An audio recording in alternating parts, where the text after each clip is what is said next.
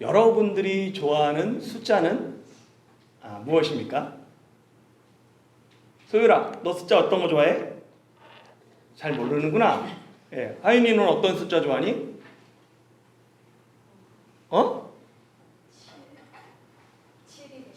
7? 예. 치과원사님, 대만 사람들은 어떤 숫자 좋아해요? 8이요? 네. 중국인들이 전통적으로 좋아하는 숫자. 맨 처음엔 6입니다. 그래서 6은 순조롭게 풀린다. 흐를 유자잖아요. 류. 그래서 일이 잘 풀린다 라는 의미로 류를 좋아하고, 그 다음에 가장 좋아하는 숫자가 8이죠. 8은 발전하다. 그래서 파차이 돈을 많이 벌다 해서 8을 좋아합니다. 또 하나 있어요. 전통적으로 좋아하는 숫자. 네, 9입니다. 예, 그래서 장수한다, 오래 산다, 제호를 좋아하죠. 한국인이 전통적으로 좋아하는 숫자 뭔지 아세요? 3입니다. 예, 고구려의 상징이 삼조고예요. 요 세 보면 발이 몇 개 달렸어요? 하나, 둘, 세 개 달렸죠. 그래서 보면은 발이 세 개 달린 까마귀, 태양 속에 산다는 전설의 새, 삼조고고, 신라의 석탑들이 주로 3층으로 되어 있습니다. 불국사의 석탑이죠. 보면 무엇보다도 한국인은 가위바위보를 해도 얼마큼 해야 돼요? 3세판을 해야 돼요. 한 번으로는 승복하지 못합니다. 전통적으로 3을 좋아해요. 그런데 한국인이 가장 좋아하는 숫자는 3이 아니에요. 뭐죠? 7입니다. 7은 사실 서양의 숫자예요. 서양의 행운의 숫자가 7이죠. 한국인이 가장 좋아하는 숫자가 7인 이유는 동양의 다른 나라보다 서양의 영향을 한국이 많이 받았기 때문입니다. 이처럼 나라마다 좋아하는 숫자가 달라요. 이집트인들이 가장 좋아하는 숫자 몇인지 아세요? 5입니다. 이집트인들은 이 5를 행운의 숫자, 거룩한 하나님의 숫자, 신의 숫자라고 생각합니다. 그래서 이집트인이 좋아하는 숫자가 5라는 걸 알면 제가 내는 문제를 쉽게 풀 수 있어요. 요셉이 동생 베냐민을 만났어요. 처음 식사하는 자리에서 자기 음식을 베냐민에게만 몇 배로 줘요? 5배로 줍니다. 그리고 요셉이 형들과 이제 상봉했어요. 화해했어요. 눈물로 화해한 다음에 형들에게 옷을 한 벌씩 줍니다. 베냐민에게는 몇 벌을 줄까요? 5벌을 줍니다. 이처럼 이집트에서 5라는 숫자는 특별한 숫자예요. 창세기 47장에서 요셉이 이집트의 파라오에게 이제 가나안 땅에서 아버지와 형들이 왔음을 알립니다. 그리고 특별하게 10명의 형제 중에 몇 명을 뽑아서 바로에게 보이냐면 5명을 뽑아요. 그래서 바로에게 형들을 소개하죠. 과연 요셉은 어떤 형들을 뽑았을까요? 10명 중에서 어떤 기준으로 그 형들을 선택했는지 성경에는 나와 있지는 않습니다. 만약 여러분이 요셉이라면 10명의 형제들 중에서 바로에게 보이기 위해 5명을 데려가요. 그러면 여러분은 어떤 형제들을 데려갈까요? 그냥 너무 많으니까 5명 뽑아가는 게 아니죠.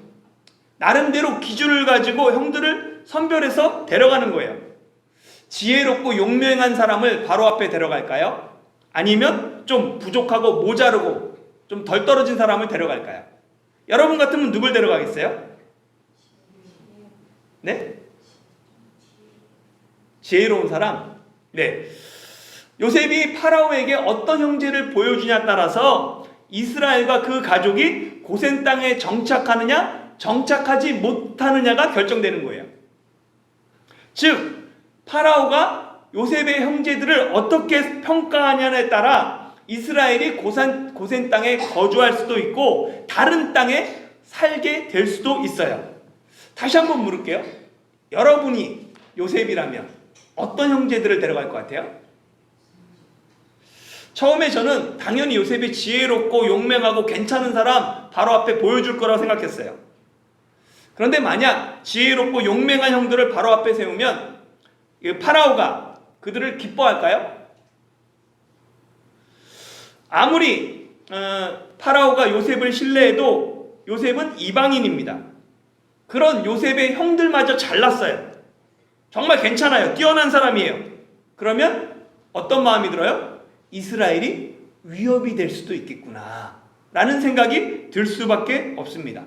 그러면 형들이 뛰어나면 요셉에 대한 경계심이 생길 수 있어요. 그런데 좀 반대로 좀 형들이 보니까 별 볼 일 없어요. 부족한 사람들이에요. 그러면 파라오가 마음에 안심이 되죠. 동네에 좀 약간 부족한 사람이 있으면 잘해주고 싶잖아요. 주변에 좀 약간 못나고 약간 부족한 사람이 있으면 뭐가 좀 도와주고 싶잖아요. 그런 마음이 들 수 있다는 거예요. 파라오가 형들을 보고 이런 사람이라면 고센 땅에 살아도 이집트 땅에 살아도 위험이 되지 않을 것이다 라고 판단했기 때문에 고센 땅을 그들에게 허락하는 것입니다. 파라오가 형들을 보고 요셉에게 하는 말이 5절 6절에 있어요. 한번 같이 읽어볼까요? 읽어보겠습니다. 5절 6절 남겨주세요. 예, 같이 읽을까요? 시작. 바로가 요셉에게 말하여 이르되 내 아버지와 형들이 내게 왔은즉 애굽 땅에 내 앞에 있으니 땅의 좋은 곳에 내 아버지와 내 형들이 거주하게 하되 그들이 고센 땅에 거주하고 그들 중에 능력 있는 자가 있거든 그들로 내 가축을 관리하게 하라. 아멘. 파라오가 요셉의 아버지와 형들이 왔음을 알고는 고센 땅을 허락합니다. 그런데 이렇게 말을 덧붙여요. 그들 중에 능력 있는 자가 있으면 그들로 내 가축을 관리하게 하라. 이 말이 파라오의 눈에 형들이 능력 있게 보였다는 말입니까? 능력 없이 보였다는 말이에요? 능력 없이 보였죠. 그래서 혹시 다른 형제들 중에서라도 너희 형제들 중에서 능력 있으면 내 양도 내 가축도 맡길게 라고 말하는 거죠. 요셉은 상황에 맞게 사람을 선택하고 사용할 수 있는 줄 알았던 참 지혜로운 사람입니다. 지식과 지혜는 일상에서 흔히 사용되지만 분명한 차이가 있어요. 사전적으로 보면 지식은 어떤 대상에 대하여 배우거나 실천을 통하여 알게 된 명확한 인식이나 이해라고 정의하고요. 국어사전에서 지혜는 사물의 이치를 빨리 깨닫고 사물을 정확하게 처리하는 정신적 능력으로 정의합니다. 항상 말하지만 이 사전적 정의가 더 우리를 헷갈리게 할 때가 많아요. 보면 잘 복잡하고 무슨 뜻인지 모르죠. 지식은 외부 대상과의 접촉을 통해 내게 흡수되는 거예요. 그리고 지혜는 지식을 처리하는 내적 능력입니다. 머리에 많은 것이 들은 사람, 그 사람은 지식이 많은 거예요? 지혜가 많은 거예요? 지식이 많은 거죠. 접촉을 통해서 책이나 다른 사람을 통해서 많은 지식들이 갖고 있는 거예요. 그게 지혜는 아니에요. 지혜는 이 지식을 제대로 활용하고 바르게 사용하는 것입니다. 지식이 많지 않아도 지혜로운 사람들이 있어요. 우리 어머니들, 우리 조상들이 그랬죠. 많은 지식을 갖고 있지는 않았어요. 근데 그들의 삶은 매우 지혜로웠습니다. 요셉은 파라오에게 모든 형들을 소개하지 않아요. 이집트 사람들이 좋아하는 숫자 5명을 선택하죠. 그리고 그들을 파라오에게 보여줍니다. 요셉은 자신이 원하는 대로 그리고 가족들을 고센 땅에 정착하게 하죠. 그걸 통해서 지식을 올바르게 사용할 줄 알았던 지혜로운 사람이 요셉입니다. 이 요셉의 지혜는 나라의 위기 가운데 더욱 빛을 발합니다. 경제학에서 가장 기본이 되는 법칙이 모델이 수요와 공급의 법칙이죠. 수요와 공급의 법칙은 이 물건의 가격은 시장에서 수요와 공급을 통해 자유롭게 결정된다라는 이론입니다. 그래서 시장의 수요가 적어요. 살 사람이 적어요. 그런데 공급은 많아요. 그러면 가격이 어떻게 됩니까? 떨어지죠. 반대로 구하는 사람은 많은데 수요는 많은데 공급은 적어요. 그러면 당연히 가격이 올라갑니다. 그때는 부르는 게 값이 되죠. 수요와 공급의 법칙에 가장 큰 영향을 받는 시장이 곡물 시장입니다. 즉각적으로 영향을 받아요. 풍년과 흉년의 그 농작물 가격이 매우 크게 차이가 납니다. 몇 배가 넘게 차이 나죠. 예를 들어 올해 배추가 폭등했어요. 그래서 한 포기에 한국에서 10,000원 합니다. 그래서 금배추라고 난리가 났어요. 그럼 농부들이 다음에 뭘 심어요? 너도나도 배추를 심습니다. 그러면 가을에 배추가 너무 풍년인 거예요. 그러면 그 가격이 폭락하죠. 그래서 배추 가격이 폭락했다고 막 추락하지 않고 아예 밭을 갈아엎는 일들을 자주 보게 돼요. 저 어렸을 때 돌아보면 올해는 양파 파동이 일어나요. 사람들이 또 다음에 양파를 막 심죠. 그럼 다음에는 고추 파동이 일어나요. 그 다음에 무 파동이 일어나고 매년 돌아가면서 가을말 되면 농작물 파동이 일어납니다. 그 결과 농부들은 겨울이 되면 봄에 뭘 심어야 될까 서로 눈치를 봐요. 그래서 다른 집은 뭐 심었는지 막 물어봅니다. 얼마큼 심었대? 막 이러고. 정부는 매년 반복되는 이 농산물 파동을 없애기 위해 미리 내년 수요를 예측하고 계획을 세워서 농부들에게 농작물을 지정해 주기도 해요. 그럼에도 불구하고 또다시 가을이 되면 농작물 파동이 일어납니다. 왜냐하면 중간 상인들이 미리 농작물 한 종목을 정해서 사재기를 합니다. 그리고 풀지 않아요. 그러니까 시장에 공급된 양이 줄어드니까 나중에 그게 폭등하죠. 그때 내놓는 방법이 매년 반복되는 거예요. 그러다 보니까 이 파동 사태가 가을마다 매년 일어났어요. 이 농작물 파동 사태가 사라진 원인 중에 하나가 중국 시장의 개방입니다. 중국의 값싼 농작물이 시장에 팔리면서 또 가까우니까 파동이 일어나면 바로 가서 사오는 거예요. 그러다 보니까 매년 반복되던 이 농산물 파동 사태가 점차 사라졌습니다. 가나안 땅, 이집트 땅, 그 땅에 기근이 심해졌어요. 그러니까 사방에 양식을 구하려고 하는데 그게 힘들어요. 땅은 점점 황폐해집니다. 백성의 삶은 피폐해졌지만 기근을 미리 대비했던, 준비했던 이집트의 왕궁의 삶은 반대로 부유해졌습니다. 처음에는 사람들이 곡식을 사기 위해 돈을 가져왔어요. 그러나 수요와 공급의 법칙에 따라 곡식 가격이 폭등합니다. 그 결과 가나안 땅과 이집트 땅의 모든 돈이 파라오의 집, 왕궁에 모이게 되었어요. 사람들은 돈을 떨어졌지만 계속해서 먹을 걸 구해야 됐죠. 그때 요셉이 뭐라고 그러냐면 가축을 갖고 와라 하면서 가축과 곡식을 바꿔줍니다. 그 결과 모든 가축도 왕궁 소유로 바뀝니다. 그렇게 한 해 한 해 넘겼어요. 그리고 이제 백성들에게 남은 것은 자기 몸과 토지밖에 없습니다. 백성들은 울며 거저 먹기로 각자의 토지조차 파라오에게 팔았죠. 그로 인해서 이집트의 모든 땅이 파라오의 소유가 됩니다. 나라에 위기가 생겼어요.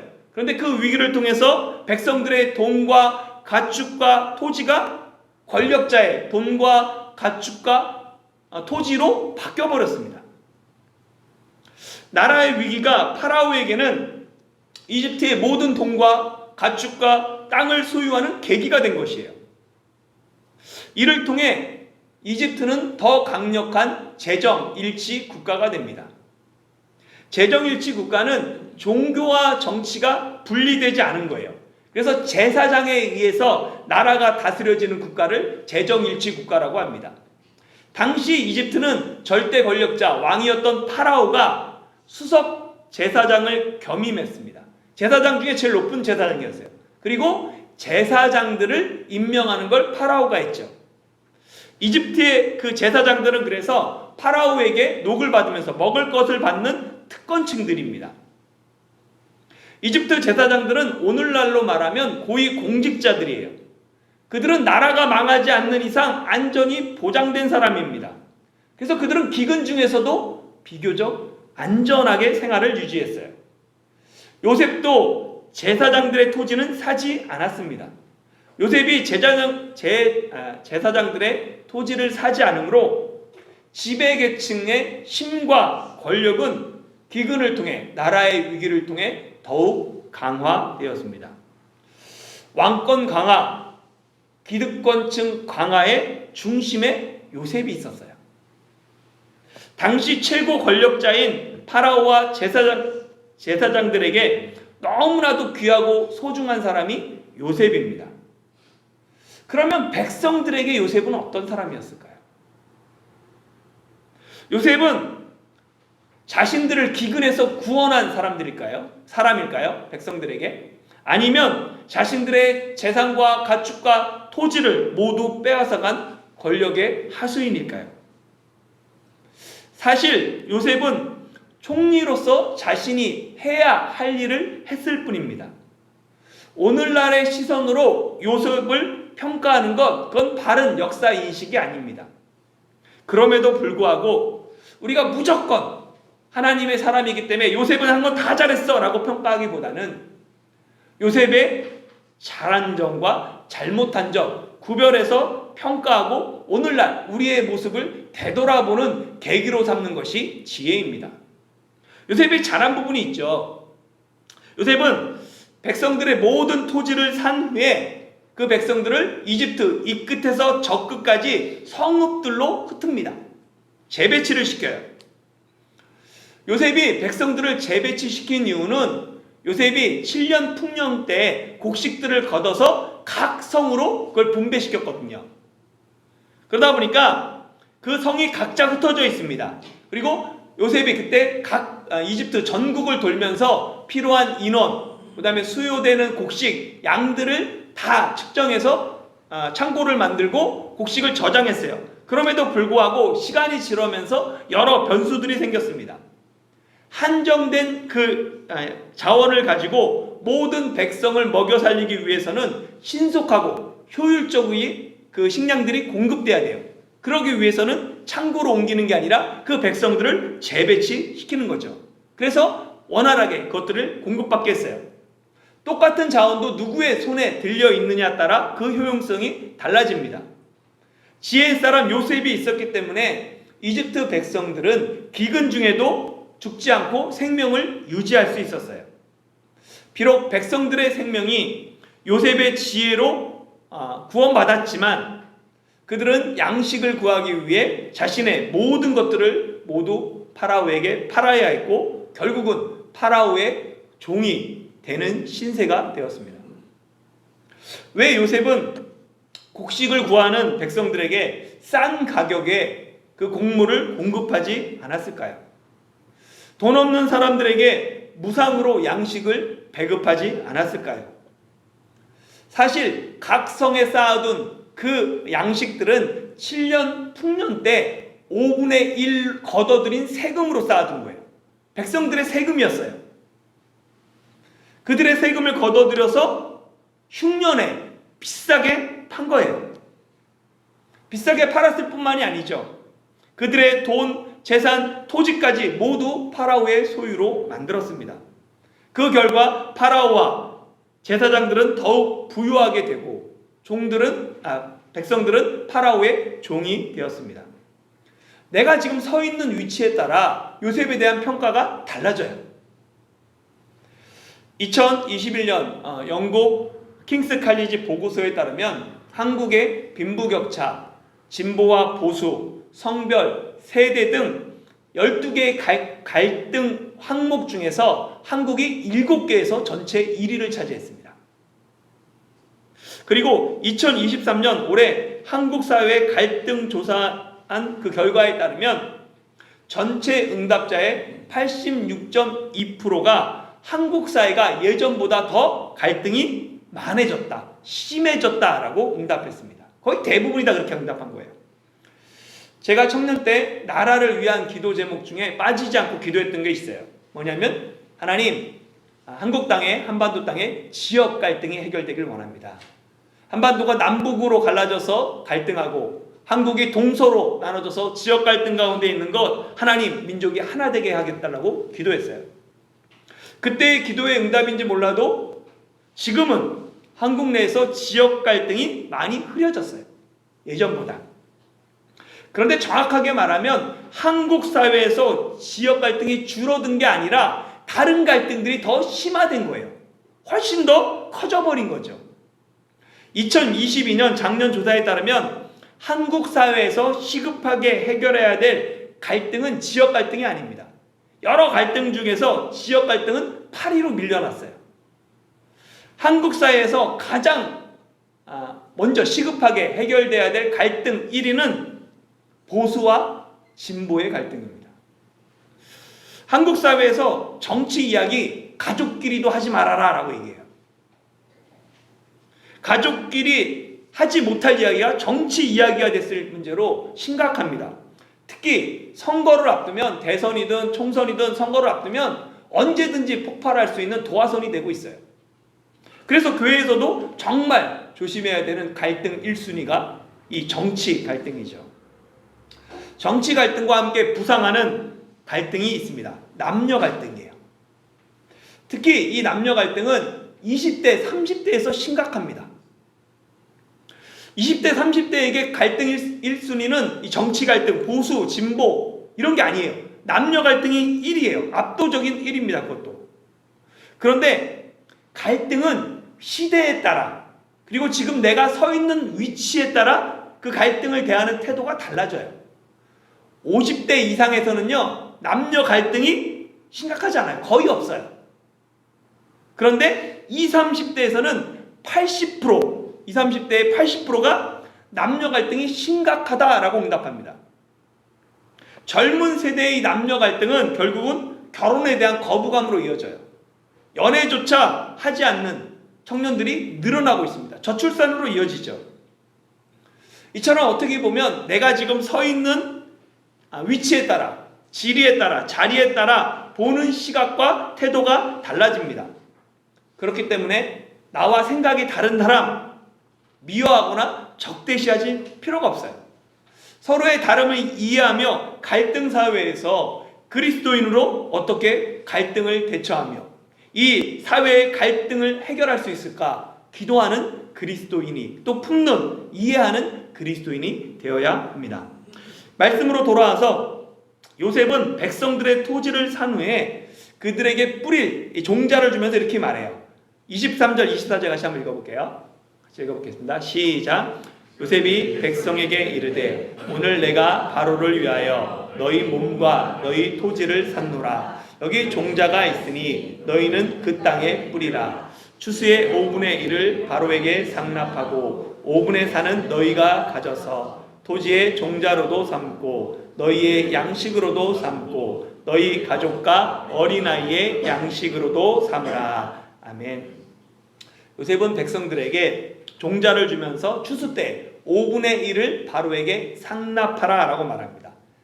요셉이 풍년의 때에 백성들에게 거둬들인 것도 5분의 1이었어요. 5분의 1을 상납하라 그러죠. 5분의 1이었습니다. 그러니까 5분의 1을 상납하고 5분의 4는 백성들의 몫으로 지정하죠. 이건 사실 매우 파격적인 조건입니다. 당시 종들은 주인에게 3분의 1, 심하면 2분의 1, 반을 바쳐야 했어요. 그런데 요셉은 백성들의 몸과 토지를 샀어요. 종으로 삼았죠. 그럼에도 불구하고 5분의 1만을 요구하고 나머지는 너희를 위해 사용해라 라고 말합니다. 이 요셉의 너그러운 조치에 백성들이 감사하며 파라오의 종이 되겠다라고 스스로 말합니다. 고대 사회에서 자신을 지킬 수 없는 사회적 약자가 스스로 종이 되는 경우가 종종 있었어요. 종이 되면 그때부터 자신의 삶은 사라지죠. 주인의 말에 무조건 순종하고 복종해야 합니다. 주인만을 위한 삶을 살아야 돼요. 그렇지만 좋은 점도 있어요. 뭐냐면 주인이 그 종을 책임져 준다는 거예요. 의식주를 책임져 주죠. 하나님과 나의 관계도 비슷합니다. 마찬가지죠. 내가 하나님의 종이 되었다는 것은 하나님의 말씀에 내가 이제 순종하겠다는 거예요. 하나님 무엇을 말씀하시든지 내가 하나님의 말씀에 순종하고 하나님만을 위한 삶을 살아가는 것, 그게 종의 자세입니다. 그때부터는 자기의 삶이 없어요. 그렇지만 하나님은 그렇게 할 때 하나님이 우리를 책임져 주시는 거죠. 끝까지 포기하지 않는 거예요. 그런 의미에서 종은 꼭 나쁜 것은 아닙니다. 그래서 백성들은 요셉에게 감사하며 파라오의 종이 되겠다라고 말하는 것이죠. 이 요셉은 나라를 새롭게 개혁하는 계기로 삼았습니다. 인구를 재배치했죠. 그리고 이집트의 토지법을 새로 만들었어요. 그래서 5분의 1을 파라오에게 바치는 또 조세 개혁을 통해서 요셉은 이집트의 그 왕권을 강화시킵니다. 그래서 요셉은 파라오와 제사장을 중심으로 한 제국으로 이집트를 만드는데 결정적인 역할을 했던 사람이 요셉입니다. 그러면서 5분의 4는 백성들의 목으로 지정해요. 그러면서 그들에게 자립의 길을 열어줍니다. 이집트 백성들이 종이 되었기 때문에 파라오가 이제 그들의 생계를 책임져야 돼요. 한번 여러분들 생각해 보십시오. 스스로 자원해서 열심히 일하는 종이 많습니까? 아니면 그냥 대충 일하는 종이 많을까요? 당연히 대부분의 종은 수동적이에요. 대충 일할 수밖에 없죠. 주인이 시키는 것만 합니다. 그렇게 되면 나라가 제대로 돌아가지 않아요. 백성들에게 희망을 줘야 됩니다. 비록 너희가 파라오의 종이지만 열심히 하면 너희가 자립할 수 있어. 자립의 길을 열어놔야지 종이, 노예가 능동적으로 일해요. 자기께 되니까. 그렇기 때문에 5분의 1만 바치게 하는 거예요. 나머지 5분의 4는 그걸 가지고 너희 가족을 부양해라, 너희가 사용해라, 너희 것이다 라고 하면서 백성들이 열심히 일하는 동기를 만들게 됩니다. 요셉은 종을 나라가 책임지는 제도가 아니라 종이 스스로 열심히 일하는 국가, 그 제도를 만들었습니다. 공산주의가 실패한 원인이 스스로 열심히 일하지 않아도 나라가 똑같이 주는 거예요. 그러다 보니까 실패할 수밖에 없습니다. 그런데 요셉은 약 4,000년 전, 3,900년 전에 열심히 일하는 사람이 더 많은 열매를 가져가는 그런 경제 체제를 만든 것이죠. 마지막으로 우리가 살펴볼 것은 창세기 47장 27절에서 31절 야곱의 말년에 대한 기록입니다. 야곱의 인생은 파란만장했어요. 태어날 때부터 순탄하지 않았습니다. 하란의 도피 20년뿐만 아니라 가나안 땅에 돌아와서도 매일 매순간 사고와 사건이 끊임없이 이어졌어요. 야곱의 고백처럼 내 나그네 길의 세월이 130년으로 험악한 세월이었습니다. 그런 파란만장한 야곱의 삶이 이집트에서 평안히 마무리됩니다. 비록 나이 들어 침상에 일어날 수 없는 야곱이었지만 자신이 가장 사랑하는 요셉의 품에서 하나님을 경배하며 147년의 인생을 마칩니다. 사랑하는 성도 여러분, 끝이 좋아야 진짜 좋은 거예요. 특히 그리스도인은 끝이 마무리가 좋아야 합니다. 우리의 끝은 이미 정해져 있습니다. 이 땅에서의 우리의 삶은 모두 나그네의 삶입니다. 그 삶이 100년이든 혹은 짧은 수년이든 모든 사람은 본향을 향해 살아가는 나그네의 인생입니다. 히브리서 11장의 믿음의 사람들은 이 나그네 삶을 그저 자신의 유익만을 위해 살지 않았습니다. 그들 중에는 이 땅에서는 하나님의 약속을 받지 못해 죽은 것 같은 사람들이 있었어요. 아무 소망 없는 사람들이 있었습니다. 그러나 그들은 이 땅에서 자기 집을 찾지 않고 더 나은 하나님의 나라, 하나님이 예비하신 본향을 사모하며 믿음으로 살아갔습니다. 어쩌면 우리의 삶도 야곱의 삶처럼 험악한 세월일 수 있습니다. 그러나 하나님께서 예비하신 본향을 바라보며 오늘도 내게 주어진 삶을 믿음으로 살아갑시다. 하나님이 우리의 삶을 책임져 주십니다. 하나님이 우리를 위해 영원한 본향 천국을 이미 예비해 두셨습니다. 믿음으로 천국 가는 그날까지 승리하는 저와 여러분이 되시길 예수님의 이름으로 축원합니다.